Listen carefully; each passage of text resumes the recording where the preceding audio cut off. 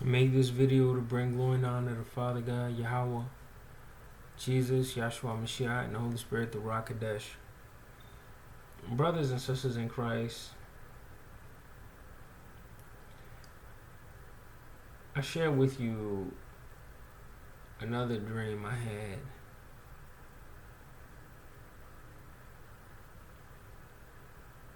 And I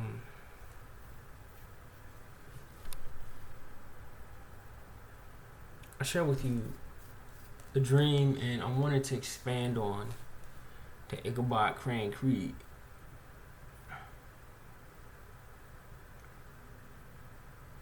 I want to expand on that.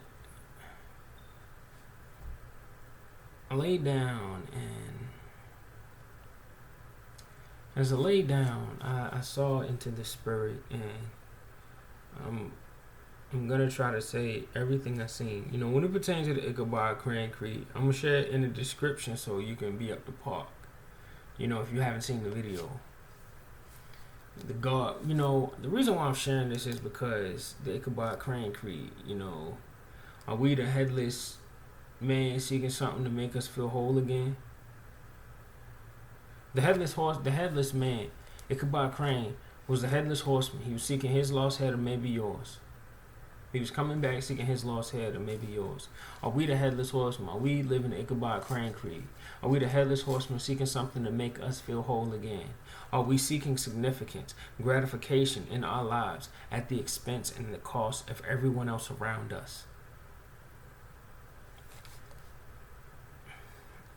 And it took God to reveal these mysteries, to reveal this. This is stuff I could not come to on my own. People, I tell believers, I tell people you shouldn't fornicate. I'll tell you flat out, you shouldn't fornicate. No one should. Guy, girl, girl. No one should be fornicating. If you're not married, you shouldn't be sleeping around. Yeah, you hear this. You know this. Yeah, I'm familiar. Where you getting at. People don't understand this. But that's not something put in place to keep you, hey, I'm just going to enjoy vows of celibacy. No. This is for your own protection, man. This is for your protection. When God put that in place, it was not just to say, hey, you should do this because this is what I'm telling you to do. No, it's for your own protection. Just the only thing believers could say, the people who are religious, I'm not a religious man at all. So if you mistake me as being religious, I don't know what to tell you because I'm not a religious man. What I say to you is this. Believers, it's like this. When you deny yourself, when you try to do right, when you try to be pious, when you try to do upright in the sight of the Almighty, we just say, hey, don't sin or don't fornicate. You know why? Because if you do it, they'll go to hell. But you're not explaining what it does. Many people treat you like, what is you saying? If you do this, you're going to hell. What is you saying? If you do this, I'm telling you, you're going to go to hell. God will send you to hell for fornicating. What is you saying? But why shouldn't it be done? Because we should be married. But what is you saying? You're not saying nothing to me at all. You're just saying to me I shouldn't do this, and so you're not saying nothing. So I hate to say it, like you be in a place of frustration when you treat that person like, what is you saying? Because you is not saying nothing to me. This is the thing. When that was put in place, many people just trying to say this and explain this well without judging, but sometimes I want to explain this to you in a manner so you can get it. We should not fornicate. That is a guardrail put in place for your protection. For your protection. Not just from the supernatural or the end results, but your protection here. The insanity of, when we fornicate, we do it because we want to feel loved. We want to feel loved, man. That's the point. That's why we lay with someone. That's why a woman will open, when you open your legs up to me and you look at me like I'm trusting you. It's that look, a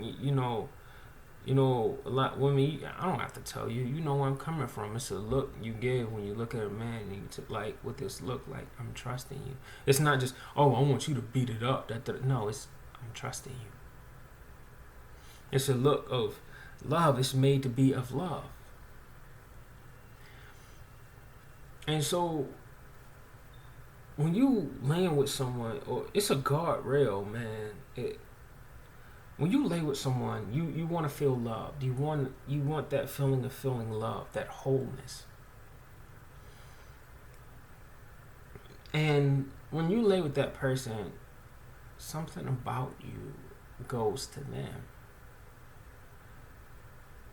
And when you lay with that person, it was like an enigma that hit me. It was like a revelation that hit me whole hard. Like me and my brother Ant was talking. He always talks to me and he be like, "Fat Dynamite." He always be calling me that, man. Just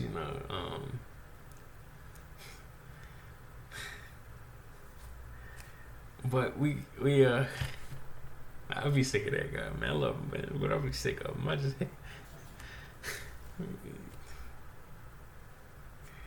and but we were talking and this enigma came to me, and it was like we'll lay with that person and a little bit of us will go to that person. And then when we come together in fornication, and then for whatever dumbhead reason we stop talking to that person, we lay with someone else seeking the feeling of being loved. And a lot of us, it goes to that person. And then we, for whatever reason, we move on to the next person. This is the insanity of it, expecting that love to love this person, and that love goes with them, and it's with them, and you move on. Then you lay with the next person, and that love goes with them. And then you go to the next person, and a little bit of that love is with them. Then you go to the next person, and hey, that love's with them. Then you go to the next person, like, hey, the love's with them.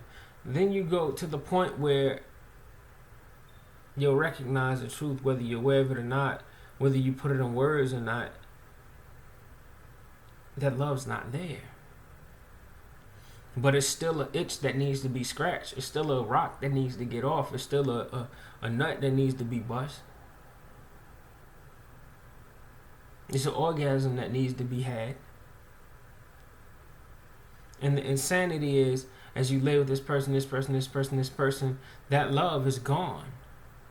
And the only thing that's present is that itch that needs to be scratched. And the irony and the sad revelation is this: the very reason you want to lay with that person and you want to fornicate and you want to open your legs with that person, the very thing that the sole reason you want to open your legs to that person is the very thing you rob yourself of. That is a guardrail. That's why it should not be put in place. That's why fornication should not be practiced, because the very thing that you seek when you want to lay with this person is the very thing you rob yourself of. You are your own mugger. You are your own mugger. You rob yourself to the point where when you look at love or you look at things in love, it's not there. It's just a thing you remembered long ago.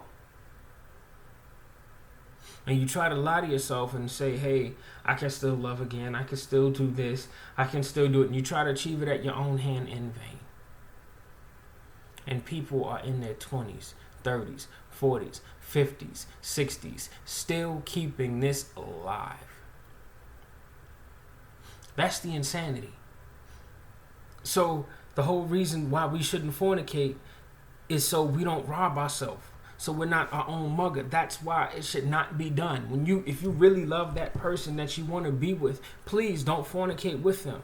Because as Dorian Gray was never satisfied with all the women that he laid with, and this is the same way we are not satisfied, no matter how. And I hate to say it, we're not dissatisfied. It doesn't matter how well the guy's endowed. It doesn't matter how curvaceous the woman is, how fat her butt is, how fat her chest is, how fat her vaginal is. It doesn't matter about these things. We just think of dumb reasons to move from this person to the next, because what we thought was love was not love, but just lust. And we just got to a place where lust is just not satisfied with this person, and it seeks to have someone else. It seeks to conquer someone else. And that's a guardrail to preserve us so we don't carry off in this way, and so love does not become mediocrity to the point where love is not love at all. And this is where it expands into the dreams. See, when I say to you a lot of my dreams, I share them, but they're pieces of a puzzle to put together. It's not all put together right away. It's pieces of a puzzle that need to be put together.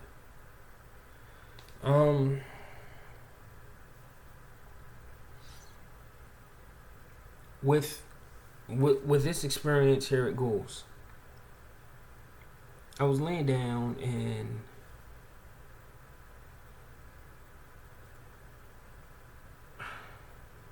I'm just gonna share it. I was watching two people having sex, and it was in the spirit, and I don't know if it's two dreams or three, but I'm gonna share them all in this video because it's all relevant. It pertains to seducing spirit somewhere along the lines, and I'm gonna get to that here and now. I was watching this couple have sex. They were just doing what they were doing. And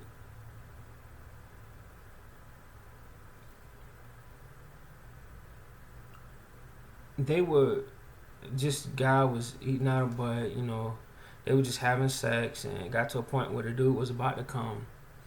And the girl was sucking him off as he was getting ready to come. And out of nowhere, she pulled out a knife. Like, she pulled out of nowhere, she's like you think of the pen as a knife, she just topping him off. She pulled out a knife and stabbed him in the stomach.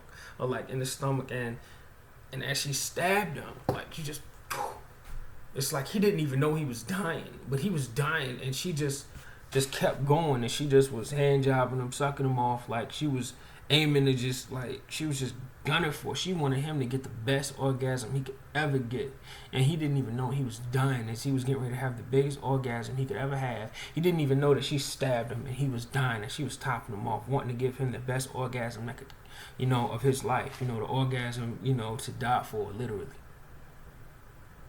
And she just kept sucking him off as he didn't even know he was dying. All you got to do is, brothers and sisters in Christ, y'all may know of one or two people who died while having sex. Get the connection? Let's move on. And so, as I'm watching this take place, I was just like, whoa. And it moved on to, I was visiting hell and I knew it. And as I was visiting hell, as I was visiting hell, I don't even know how to describe it. Here it goes.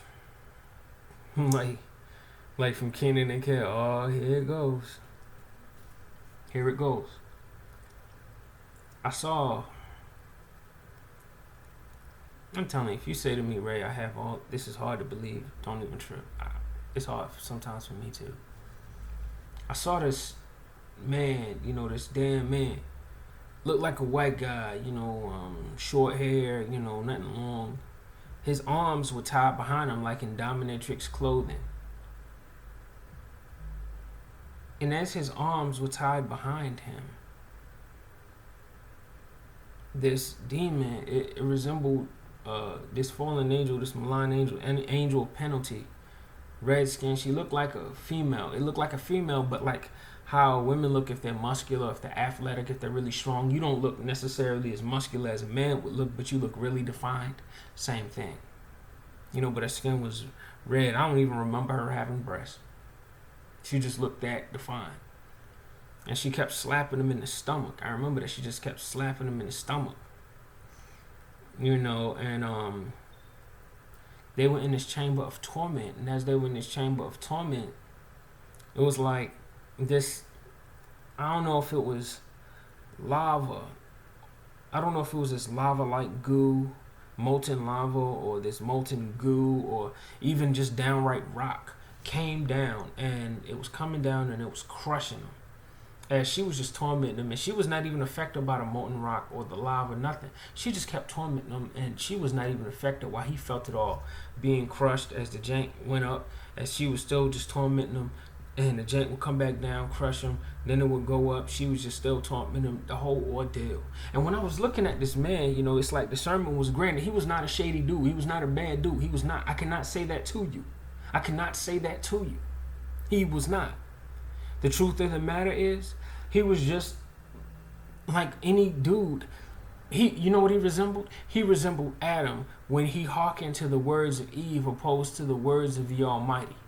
That's who he was just a man who was just trying to do things on his own accord, just trying to make his woman happen outside of God, outside of marriage, outside of what he should have been in an impious way. He was not a shady dude. He just carried off like most men nowadays carry off in fornication and just, a lot of men are decent dudes, just pay their taxes, we may fornicate, we may have a girlfriend. He was just that kind of dude, just the all right kind of dude, but he was the kind of dude who just seeked to appease his woman. And he hearkened to the words of his woman opposed to hearken to the words of the Elohim. Not preserving marriage. Not carrying off in this way that he asked us to carry off in, but just trying to appease his wife. Just like most men nowadays. Like you would look at your neighbor, like you look at your brother, your sister, your father, your son. Same way. That's who he was. That's who he was.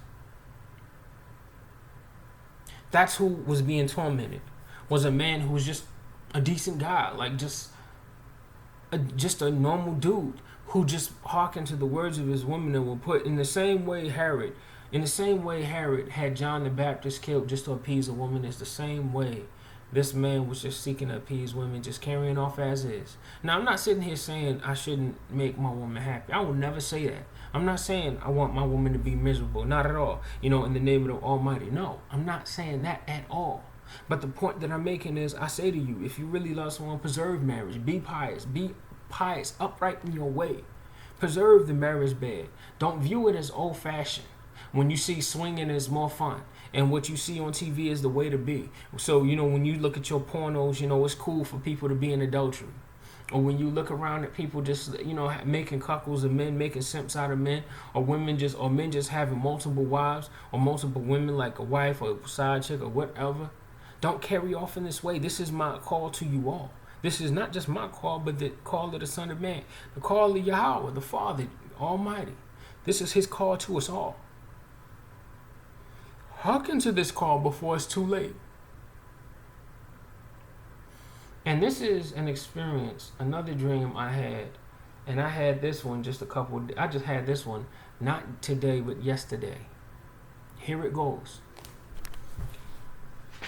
I've been denying myself by the grace of the Almighty. He gives me strength to overcome temptation, these principalities that we wrestle with on a day-to-day basis. By his strength alone. Because I've been cleaning to him more. I just care to call to him more. I recognize how dependent I need to be on him, and I just recognize that where I call on him more, like it's nothing. Like for every single thing I do, I ask for his strength. Just when I go in this life, I just need his hand to help me through everything. I'm not asking for his hand to help me talk to a chick. I'm not asking for his hand so I can, smoke a blunt. I'm not asking for his hand so I can go fighting. No.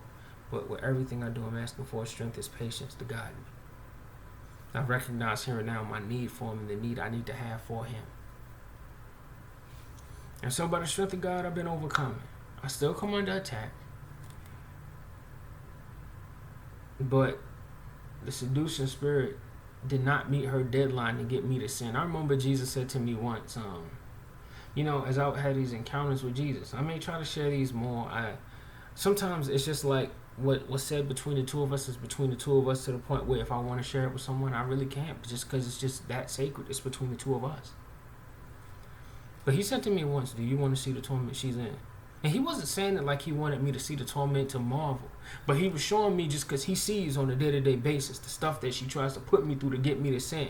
The stuff that she tries to get me to do. The adultery she tries to get me to commit in my heart. He sees it all the time. This is the one that's causing you to sin. That gives the enemy something so he can accuse you of to the Father. Do you want to see the outcome? Because you were victorious. I genuinely at the time did not want to see it. I didn't. He'll ask me a question just to ask me. And sometimes when he asked it, looking at it now, he genuinely wanted to show me. But me, I genuinely just, I don't know why, I just, with my free will, I just was just in a place where I just said, I just don't know if I want to see. I just, when you see hell enough, man, you just get to that place. And so I had an experience, and I told my girl this. I had an experience where I laid down and I knew I was running. I was in the spirit. Now, whether in my body, out of my body, I don't know. Only God knows. But I was jogging. I've been working out, trying to lose weight, just trying to drop weight. I lost over 20 pounds. Pray for me that I continue to lose weight. Let's move on. I was running, and as I was running, I heard this, where I was at, it was like the lights of light. I just saw a light. I was just running. I was running with someone. I knew someone was with me as we were jogging. And I heard, out of nowhere, I heard screams. I heard screams, and the sound of screams assailed my ears. Just screams. Just loud whipping and screams. And I was like, and I knew it was coming from this building. And when I looked at this building, there was no lights of light therein. There was no light even in the building.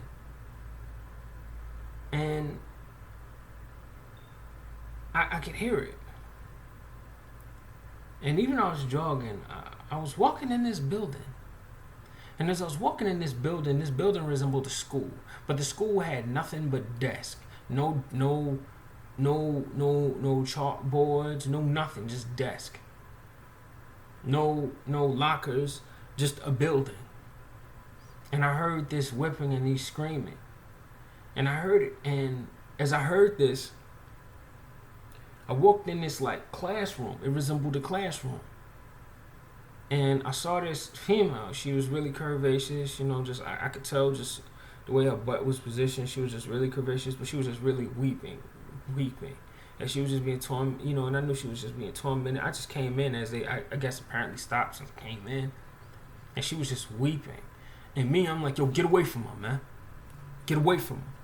And the bruh just sat down somewhere or whatever, just, he just sat down somewhere, just started saying something random like, yo, I'm just about to get some money, or I'm about to play some video game. Just something stupid. I don't know. Some gibberish. I don't know. I don't care. I didn't care. He won't say much or nothing.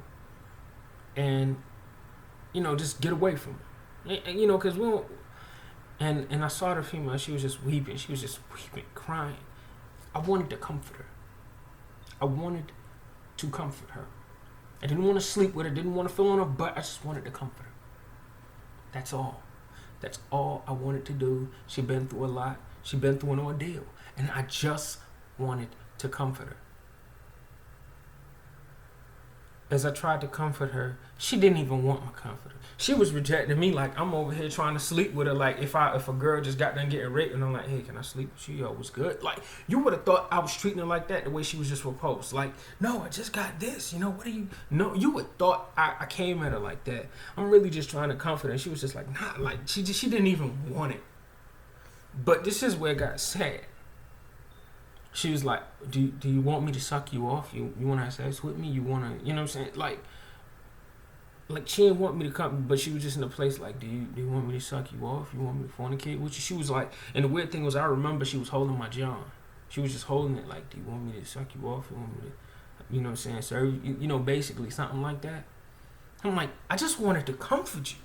And I never forgot, like I stepped off and then she was trying to do the same with the brother that I was jogging with. And the homie, I knew that was a holy angel looking at it now. And the holy angel just looked, she didn't even get close to him. She just like kind of like Molly said it, like out of just, just insincerity and just saying it like, you want me to suck you? Like she didn't even get near it, and he didn't even reply. She just, do you want me to suck you off? And just said it like that, just do you want something? Do you want something done? He didn't even say nothing. He just looked like no smile, no nothing, not a word escaped his mouth. He just, and she just, do you want me to, and just looked away. She didn't want no issues with him. And I was just trying to comfort. I was just trying to are you okay? Is it, you know what I'm saying? Are you all right? You know, just, she didn't even care for that. She didn't even want to be confident. She just wanted to get right back to having sex. Like, you know, do you want me to suck you off? Like, imagine a woman just being beat, slammed down. And after she just got done beaten, slammed down, beyond broken, you know, she's just like, do you want me to suck you off? Like, and when I woke up, it was just so profound. I just was like, whoa. And Jesus kept telling me, you did not imagine this. This happened. The Father was telling me this happened. This happened. And when I woke up with sound judgment and awareness, it just came to me. This answer just came to me. It's not even an answer, just pieces of a puzzle were being put together. That was the seducing spirit that did not get me to meet my deadline to sin. She did not get me to meet my deadline. And the reason why I'm saying that, not only is that the case, but it's made known to me. To those in hell, you cannot change. When you're victims of the sword, when God's anger is against you, once eternity set its seal, the matter has become fact and there's no turning back. You cannot change. You cannot change from how you are. So if you want to carry off in fornication, I tell you, in that place, you will carry off in fornication. And when I say fornication, I am not meaning it in no nice way. I'm meaning it in the most appalling, frightening, fearful, savage manner. I'm saying it. You cannot change. You will remain doing what you've done, a corrupt life. You will continue doing what you've done, a corrupt life. I say to you, the Almighty says to you, halt from this way. He says to us all, halt from this way.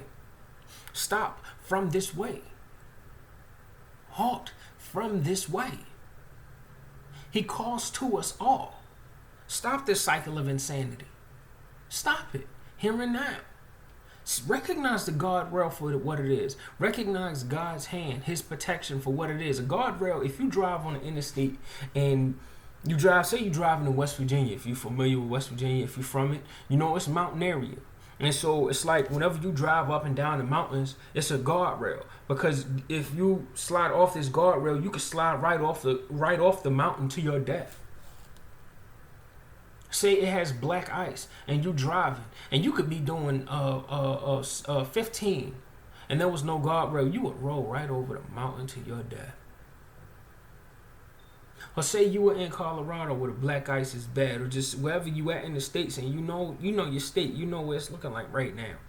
And you had no guardrail. If you had no guardrail, what would protect you to keep you from losing your life?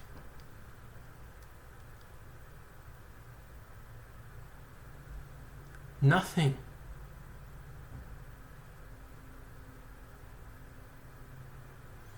Believers, I'm saying this to you because this is your own protection. Recognize the cycle of insanity.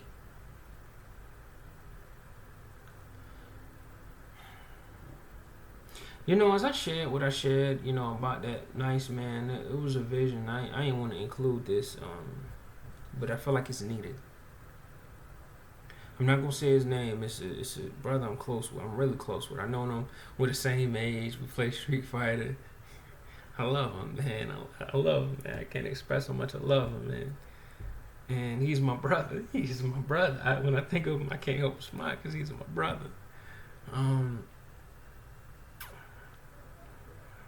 And he struggles with this, and I'm not putting his business out there. But he was in the dream, and I didn't want to tell him because he was my friend, because he is my friend. You know, it was a place where, as before I shared of this nice man's torment, so to speak, it was another place where I saw my friend and his baby mamas was just advertising. Oh, he got that good dick. You know, he got that good dick. Like, just advertising it like he's, you know, objectifying him. You know, like, men and women do it. So it's not like, you know what I'm saying? Like, oh, men do it too, yes. And so do women. You know, she was just objectifying him. Like, you know, because I recognize this place. If I seem like I come off Like if many would say, I hate to say it, a narcissistic woman or a clamorous woman or an immoral woman would sit here and cite me for being misogynist, but that's not the case. I just recognize this place where, as men, we're so busy trying to appease women that we go objectified by them. That's all. And that's what happens to him. And I seen him, and I was telling him of this cycle. I was telling him, man, why we shouldn't fornicate. Because it's a scripture, and I'm going to try to find it. A woman's soft hands, an immoral woman's soft hands are the hands that bind. Her soft hands bind you. And I say this because that's the deadly trap that's presented to me. What will I do when such a trap is being placed in my direction and I need to walk in that direction? Will I mindlessly step in it due to lust? Or will I exercise self-control? The Almighty is asking us all to exercise self-control. I ask you, please exercise self-control. Brothers and sisters in Christ, I hope this helps you. I hope this really helps you.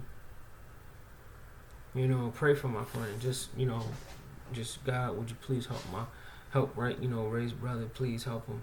Because I love him, and it's more pertaining to him, and that I will not share out of our friendship and out of us being a brother, because it's not relevant to. I love him. I wouldn't do that to him, but I needed to share it because I saw him relevant in this. I saw him relevant because he, like many, is in the place where it's like, Ray, how can I deal with this, man? This is part of my nature. I lost count of believers that said this to me. Ray, what can I do? This is part of my very nature. Ray, what do you expect of me, man? What does the Almighty expect of you, man? And it's not just him. I lost count of how many brothers in Christ I'm close with. And this is the same thing that is always being said to me. What do you expect, Ray? What am I supposed to do? I struggle with this too. Y'all, man. And it's just been a while since I fornicated, man. It's been a long time, actually. Not a while, a long time. Because I'm really trying to be upright like I ask y'all to be. I'm not perfect, but I really am trying. Believers, pray about what I just said to you. Because I by no means am trying to hinder you. But I'm trying to help you. We are in this walk together, and I'm trying to help you. Hopefully you take heed. Believers, recognize God's guardrail. Recognize the guardrail in these supernatural experiences. Recognize the Ichabod crane creating your lives.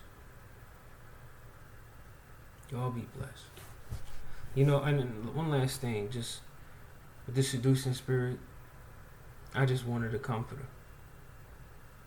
It's more I could share about her, because I had supernatural experiences that go past just her trying to sleep with me.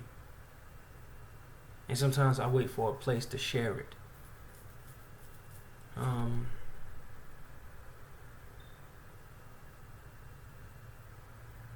But you can't change. Once eternity set, it's sealed. That's why I've been crying out to the Almighty more, that His hand change me, guide me, keep me upright in His sight. Because I'm not trying to lead y'all astray. I'm trying to be upright as He asked me to be upright, as He asked us all to be upright. That's what the Elohim is asking of us. That's what I'm just trying to be. Pray for me by all means. Because when you look at me, recognize that I'm trying with everything in me to honor the Elohim. Y'all be blessed, brothers and sisters in Christ.